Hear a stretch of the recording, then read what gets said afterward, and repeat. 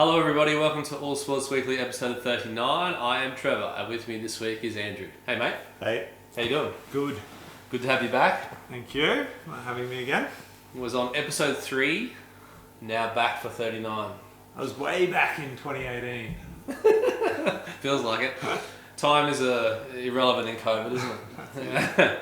Everybody, this is the penultimate episode of All Sports Weekly. This is the last regular one, so to speak, with the finale coming the week before Christmas with the round table.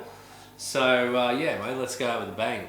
Let's do it. What do you reckon? Good. Okay, everybody, we're on YouTube, SoundCloud, Spotify. Please like the video and share it and stuff. We're going to start with some NRL. Oh, no, I forgot to ask you. What have you been watching? I don't think you've been watching anything. I've been moving house. Yeah. It's been so fun. Yeah. Nothing. I've been into the Formula 1 and into the cricket. Just more like groundwork. Just getting it ready. Yeah. In my head. Okay. Anticipation. Right. Talking about what won't happen. I'm liking it. Well, we're going to talk about both of them, so Good. that's cool, mate. Good. Everyone, we're going to start with some NRL here. Now, obviously, it's off-season, and as a rule, I don't want to talk too much about that, but there's something that's happened that we need to mention. Brandon Smith. Brandon Smith, the Storm hooker, who's being paraded around. He's off contract at the end of next year. He's looking for a place for 2023. He got a bit drunk, and he went on a podcast, and let me tell you, drinking a couple of beers and going on a podcast, that can be very detrimental to your career. Perhaps. Take it from me. So anyway, look, he's gone on this huge rant of, I think it was the truth. I mean, at least of what he thinks is the truth. He's basically said, and there's a lot to quote it, but I'll just start with, drinking is a huge part of the culture at the Storm. He talked about specific times where he's binge drinking with Dale Finucane, and he said Dale Finucane drank a bottle of vodka in 30 minutes, had to vomit in his shoe. They had to roll him out into a cab. He basically said that drinking is what we do at the Storm. Now, bearing in mind he's still got another year. Okay. There is that phrase, let's get rugby league drunk. That's for a reason. Oh, right, I haven't heard that one. But, yeah. Let's get rugby league drunk. So, I mean, you understand, he's talking about the culture of the Storm, and he's an employee of the Storm. The Storm aren't too happy, as you'd imagine. Then he went on to say he was playing a bit of golf with some of the Roosters boys, who then ended up, he went to a retirement, I think it was Mitch Orbison's farewell, started falling in with the Roosters hierarchy and said that he has a newfound respect for the Roosters, that they are the most professional club, and that he wants to win a premiership in that jersey, right? Storm, once again, not so happy. First of all, before we go on, do you admire that honesty? Because what we heard in that is that's straight. Like, he's just given to you straight. Do you admire that as a fan, or is this a bad thing? I don't know if it's good or bad. It's dumb. It is. And now, obviously, if you're his employer, you'd have a different view. But as a punter, how do you like this? Yeah. It's something to talk about. He's honest, like he's being honest, and like you said, it's totally different if he's speaking on behalf. Like if you're that club person, he's an idiot. But I don't think his colleagues will be too happy. He's mentioned them in this as well. He's ratted his mates out. He's an idiot. Yeah. And I mean, the Storm Roosters rivalry, we know about that, and so he went on. he went up to Redcliffe, and Redcliffe, as you know, coming in 2023, and he said he described it as Redcliffe paraded him around, and he didn't like that, because the Roosters were sort of slipping him in the back door. He basically has sort of poo-pooed some of those clubs like Redcliffe who are trying to get his signature. He seems a bit big for his boots with the way he's talking, right? He's not that good. No, but that doesn't even that's matter. even worse. Yeah. Now, look, I think the Storm will probably find a way to get along with him. I think he's in a bit of a scandal after the grand final too, with some partying with Munster and stuff. He's getting a little bit of a rep there. But I'm wondering if the Roosters are going to turn on him too, because one thing about the Roosters, he's right, and when they're professionally run, not sure if they're going to be too happy about this from their point of view too. They might be going, I don't know if we want this guy or not. Yeah, well, I mean, if they're going, this is the stuff that this guy does, next week when he's playing for us, he's just as likely to be, they don't want him digging the dirt on that club either, you know what I mean? Because it's not like the Roosters are squeaky clean. No, or any of them, but, it's, I mean, I wonder if that podcast in time, I wonder if we'll look back at that and say, that cost you a lot of money. Oh, no doubt. I mean, when you run around for West Tigers in a couple of years, you might be wondering. But anyway, there's a big talking point. Do we like that honesty? What you saw was the curtain peeled back and you got it straight. But I don't think the clubs are real happy at all. No. So, anyway, the off-season rolls on. How good is rugby league, mate? Yeah, rugby league. All right, we're going to move on to a bit of Formula One. Yep. You're my wheelhouse. Yeah, it is. Saudi Arabia Grand Prix this weekend. 2 races to go. Mm-hmm. I know you watch the show every week religiously. Oh, yeah. And I mentioned last week, this is the best season in a long time. Yeah. Thoughts? What thoughts on the season just generally? It's been an awesome season. For the first time in ages, there's a legitimately good battle at the front with, a sort of a Senna Prost-esque kind of seesawing battle between 2 protagonists, race to race, that's going to be there at the end of the season. Genuine feeling, isn't it? It's a genuine feeling, and the 2 guys that are above everyone else by a considerable margin. It's not like a 3-horse race, no. And they all, race after race, those 2 are always there. Yeah. And it's such that, you make mistakes in races, but these guys, one error from the team or them that's it. They're out. Well, because also in the background you've got the Constructors' Championship, and they're neck and neck in that as well, with Red Bull and Mercedes. Yes. So obviously that's a big deal as well. Yeah. So that's where the second drivers are sort of going to be crucial. And also the midfield battle's super tight as well. You've got sort of almost like this second tier battle going on with a bunch of teams. Ferrari, McLaren. There's like 5 teams that are all sort of there or thereabouts. Because Ferrari's third, but they're nowhere near the other 2, are they? No. They're closer to McLaren. Yeah. It's like, up until a couple of races ago, it was like McLaren, Ferrari, and then just McLaren's had a couple of really poor races, and Ferrari's... Our boy Ricardo, which we're going to talk about. Now, with the Saudi Arabian Grand Prix, this is the first time they've ever had it. This is a new track. Mm-hmm. The track has gained a little bit of attention. It's very fast. Now, that sounds great as a punter. I was reading some of the Formula One websites. It's just a little bit of a safety concern. I'm worried about Hamilton and Verstappen. Yeah. In a high speed track. I don't know this for sure, but it looks to me, and I've shown it to you here on the screen, probably the fastest track out of all of them. It's got that. It looks like Canada almost. Right. I was even thinking of Japan a little bit. A little bit, yeah. But there's not a huge long straight, but the turns are more sort of S's and chicanes and sweeping bends as opposed to hard turns. The hardest turn is the last turn before you come back to the start-finish line, turn 27. And the testing was saying that cars are doing that in 4th gear. So to put it into perspective, the Azerbaijan course, the cars average 215 kilometers per hour, and that's a fast course. This one, they reckon they're averaging 250. Going 250 k's an hour average for 50 laps, that's something, isn't it? That's something. I mean, because I don't know what the top speeds will be, but there's just no slowing down. No. It's the opposite of Monaco. Yeah, and I mean, and the thing with these high-speed corners, and when they've got that DRS, so they can get up behind each other, and I just think Verstappen is so ruthless. At his mindset is no one will come past, and if you try it, I will run into you, sort of thing. And that's pretty consequential when you're talking tight circuits at speed. Do you want to weigh in? We mentioned last week about the duel between Verstappen and Hamilton, and the protest from Mercedes with regards to the way that Verstappen drives.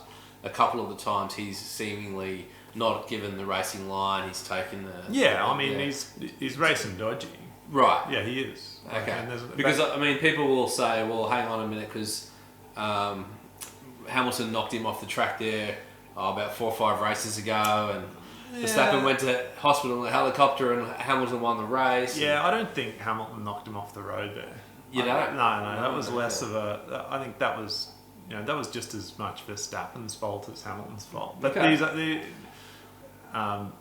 but that was yet again just an example of Verstappen not yielding. Like, don't get me wrong, I'm not Hamilton's biggest fan. Up until this year, I wanted nothing more than to see the prick lose.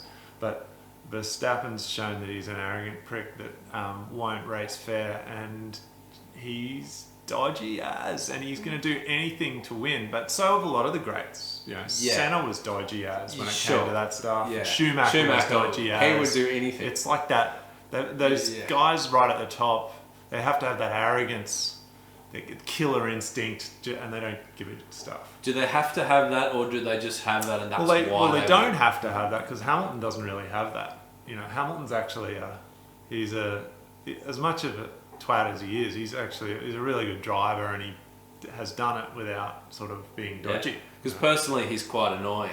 Yeah. But as a driver... He's excellent. Yeah. And fair, is that what you're saying? Yeah, that's right. Yeah, okay, interesting. Yeah. All right. I have a strong dislike of him, and I don't know why. Hamilton? Yeah, me too. but I have this... I like Mercedes, so I'm sort of caught. I'm a Mercedes fan. If I was to have an allegiance to a manufacturer, it would be Mercedes. Yeah. But Hamilton, I don't like. Yeah. So I'm sort of stuck. Yeah, I get it. And I used to like Verstappen's dad, Jos the Boss Verstappen, and then now I'm torn because I sort of like he's in the pit lane and his son's there, and your son. Jos wasn't that good though, was he? No, he was the best. What do you mean? But the thing is, Max is awesome as a driver. He doesn't need to be a complete a-hole. Do you know what I mean? Like but he is. So I've got a feeling, and it just because of the season being so good in these 2 races and the scores being so tight, I've just got this vision of the 2 of them coming down to the last race, 5 laps to go, and actually hitting each other or something. Yeah, it's going to come to a crescendo. Yeah. I think it's going to be this weekend. There's a really good chance. Well, this track, there's plenty of passing opportunities.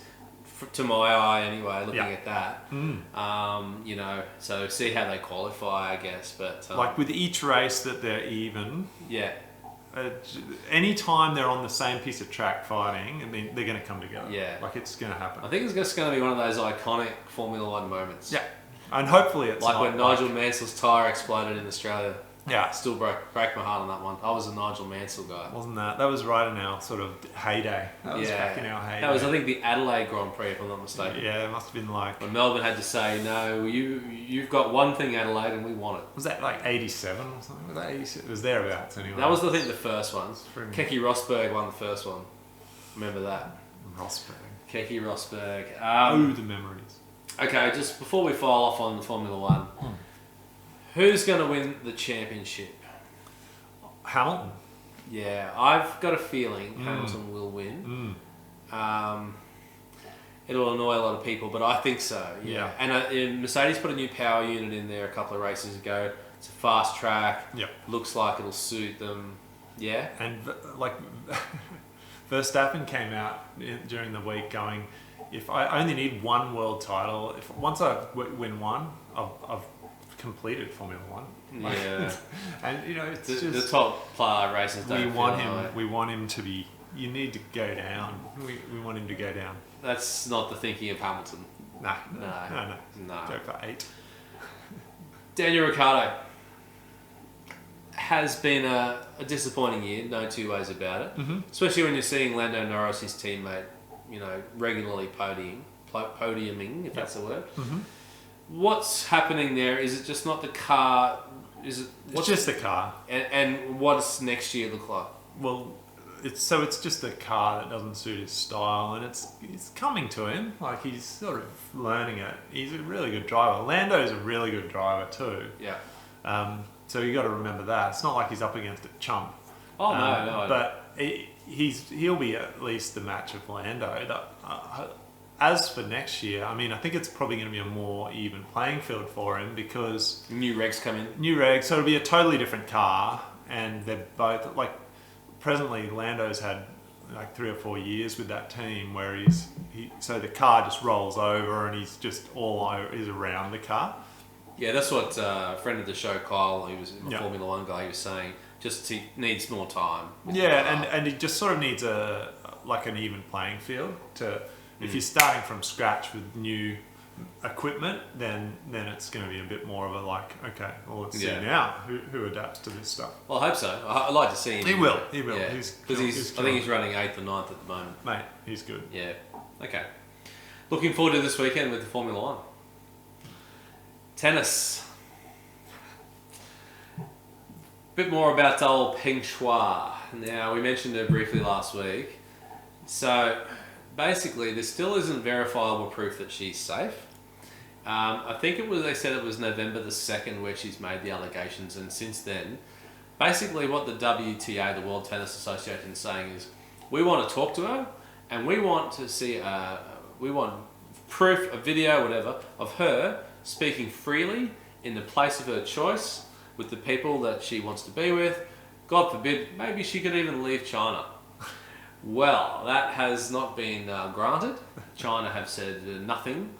And at this stage, all of the WTA tournaments in China, and there are a few coming up, have all been postponed. Look, with China, there's a little bit going on. This incident itself, very serious for this person. And, you know, what the allegations that she's made of sexual abuse from a politician now, in a normal country, that politician would be at least investigated, right? Yeah. That's not going to happen. No. And the best you can hope for now is she doesn't go to jail. Yeah. That tells you Mate, where we're at. She's dead for sure. Well, she's, and that email, if you read it, hello, my name is Peng Shuai and I am safe and my name is Peng Shuai. I mean, if she wrote that, freely... Well, she didn't. I mean, she was either it wasn't her at all, or she did it at gunpoint or something like that. Yeah. I mean, this is it's funny. China are just pushing the boundaries on everything, whether it be politically, whether it be COVID, whether it be this, whether it be the Uyghurs, whether it just trade and boycott. It's just being absolute. I'm not going to say it. And this is just people have had enough, and people want to see this woman safe.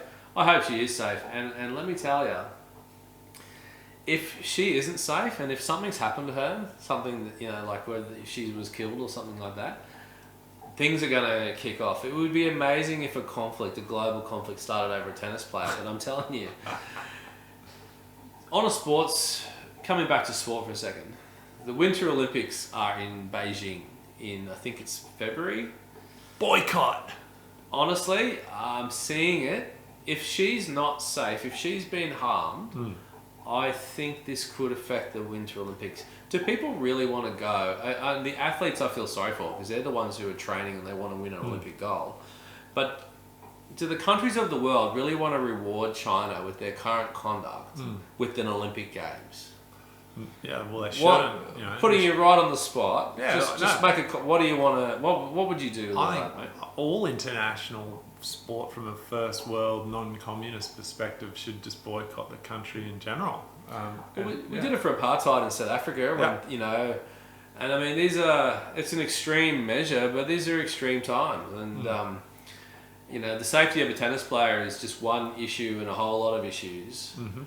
And it made me laugh. China, with the Winter Olympics, are imposing all these restrictions because, in their words, it needs to be COVID-free, COVID zero. Too bad they didn't want COVID zero at the end of 2019, eh? Anyway, enough said. I'm probably going to get a knock on the door in 5 minutes. I got my Uzis. This is bad. I hope she's okay. We're going to talk about boxing. Mate, we have a new world champion of... he's got a unified IBF, WBO, WBA and the ring lightweight world champion. 4 titles in one, if you don't mind. In one of the biggest upsets in recent memory, George Kambosos has beaten the highly favoured Teofimo Lopez. Lopez undefeated, Madison Square Garden. That's New York City, the home of boxing. He doesn't get much bigger than that. So, first of all, did you catch this one? Yes, I caught this one. It was a war. Do you know about Kambosos beforehand? Like, Yeah. did you have much? So to be honest with you, this fight was delayed a couple of times. I know Kambosos' wife had a child. I think COVID played a part and so forth. I'm thinking back to an All Sports Weekly a while back. I think this fight was meant to be around August. And look, Kambosos, he's over there. Unlike other Australian boxers like Tim Tszyu, I have to say, he's in the States fighting legitimate fighters. He's not cherry picking forklift drivers over here. He's not got Paul Gallen on the undercard. You know what I mean? Yeah. But the thing with this fight is no one thought he was going to win. No. Except for George Kambosos. Yeah. And it was this beautiful thing where his opponent didn't respect him. That's what it was. Absolutely. He took it easy. He took it lightly. He took it easy. He thought he could come in and just roll over him. It was like, I'm going to knock him out in the first round. That was my thing. Yeah. He said, first round, I'm going to knock him out. He told everyone to bet on it. Yeah. And when the bell rang, Teofimo just runs in and just starts, like, he thinks, I'm going to just hit this guy for 30 seconds and then we're going to go home. Yeah. Go out for dinner. Little did he realise, Kambosos was just up for it. He just stood there. Yeah. Just stood right there. Got on the inside. And the left hook was something. But in the first round, knocks your boy down. And it was that first round, that was electric. Yeah. And from there, it was on. And a 12-round fight. Lopez did knock Kambosos down in the 10th. I'll tell you what I'll do. I'll pop a link of the highlights in the description below. If you're watching this video and you want to see it, I'll pop a link down below. Do yourself a favour and check it out. But... good boxer. Oh, mate. Yeah. Great fight. Yeah. It was a great fight. Great fight. Yeah. He's under no obligation to give him a rematch. Yeah. But he said he would, which is nice. Like not every boxer does that.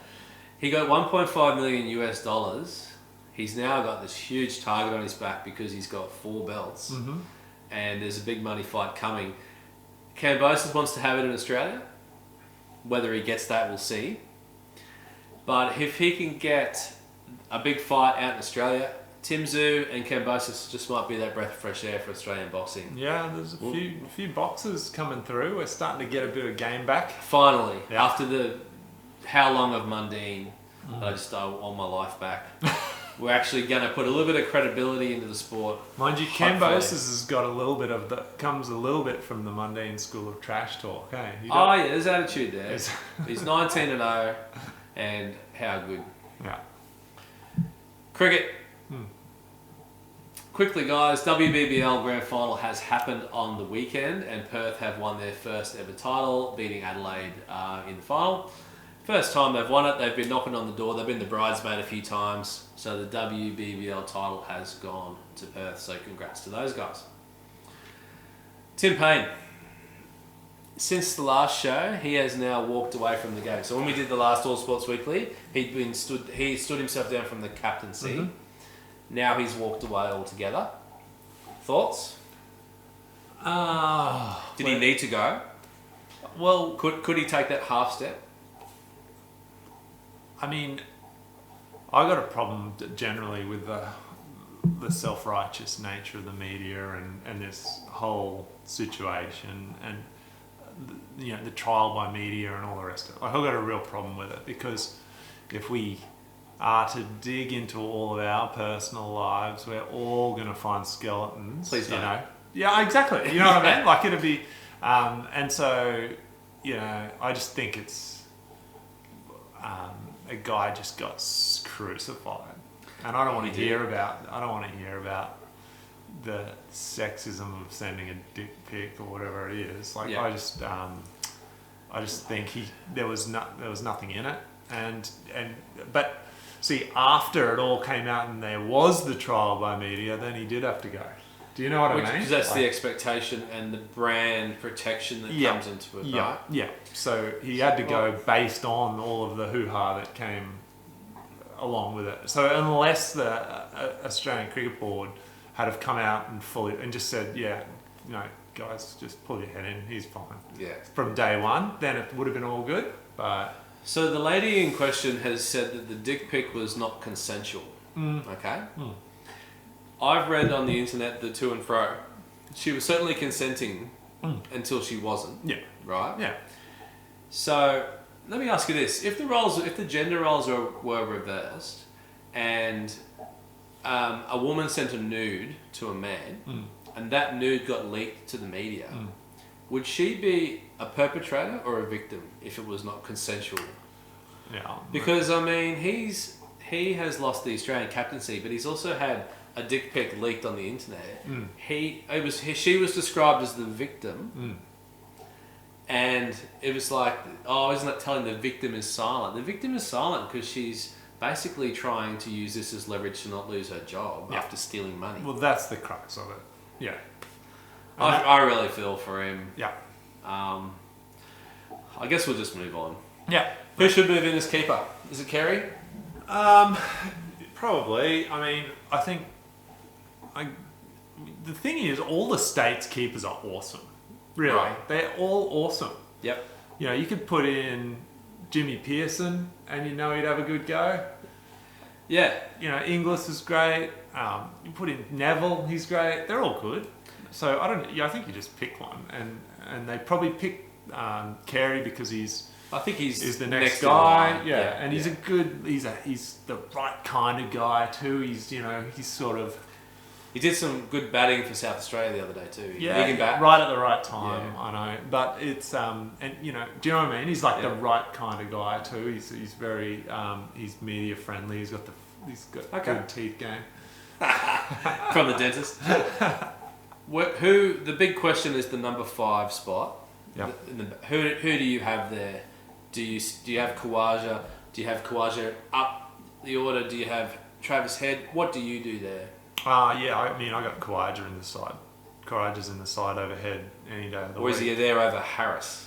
I wouldn't have Harris in the team, but they're going to. They are. All right. Yeah, so it's like, what would I have? I'd have a different team, but I'd open the batting with Nick Maddinson and Warner. And I hate Nick Maddinson. I know you do. I know. I know. But I've never seen a worse bag of greens in my life.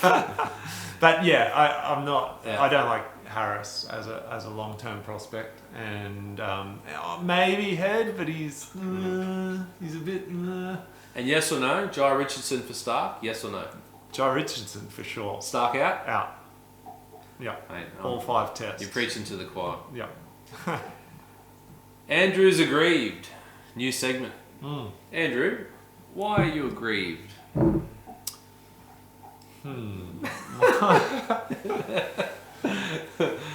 Make it quick. Well, things that I'm aggrieved about at the moment. I'm aggrieved the about price of fuel. I'm aggrieved about in Formula One. Going back to Formula One, pay drivers in Formula One when you've got an awesome driver like Oscar Piastri, Australian guy, winning the feeder category. Yep. At the present. And the guy that gets the last seat is the guy who's coming third in the category, who's Chinese. Because he's the market. Because it's the Chinese market, and he's getting that drive. So there's a theme in this show.